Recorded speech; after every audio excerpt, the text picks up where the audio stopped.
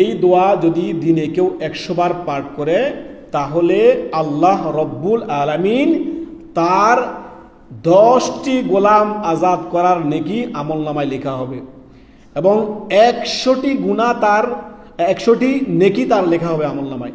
100টি গুনাহ আল্লাহ তাআলা মিটিয়ে দিবেন, মুছে দিবেন গুনাহ। তার পাশাপাশি ওই দিন সকাল থেকে সন্ধ্যা পর্যন্ত আল্লাহর জিম্মায় সুরক্ষায় থাকবেন সে। সুবহানাল্লাহ। যে ব্যক্তিকে আল্লাহ সুরক্ষায় নিয়ে নেন, আল্লাহর হেফাজতে থাকেন, তার কোনো ক্ষতি হতে পারে? সুবহানাল্লাহ। সহিহ বুখারীর হাদিস নাম্বার 3293 নম্বর হাদিস। আর এই জিকিরটি হচ্ছে লা ইলাহা ইল্লাল্লাহ ওয়াহদাহু লা শারীকা লাহ লাহুল মুলকু ওয়া লাহুল হামদু ওয়া হুয়া আলা কুল্লি শাইইন কাদির। আপনার গাফেল না থেকে দৈনন্দিন জিকির আজকার আমরা অভ্যস্ত হব। জিকির আজকার এতে কি হয়? অন্তরের প্রশান্তি আসে। আল্লাহ রাব্বুল আলামিন কি বলেছেন?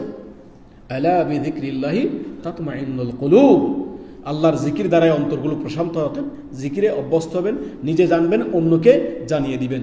ওই দিন যদি কোনো ব্যক্তি এই দোয়াটি আপনার থেকে বেশি পড়ে, সে আরো বেশি নেকি পাবে। আর আপনি 100 বারের বেশি যদি আরো নেকি পেতে চান, আরো বেশি পড়েন। যত বেশি পড়েন অত বেশি নেকি পাবেন, এতে কোনো সন্দেহ নেই।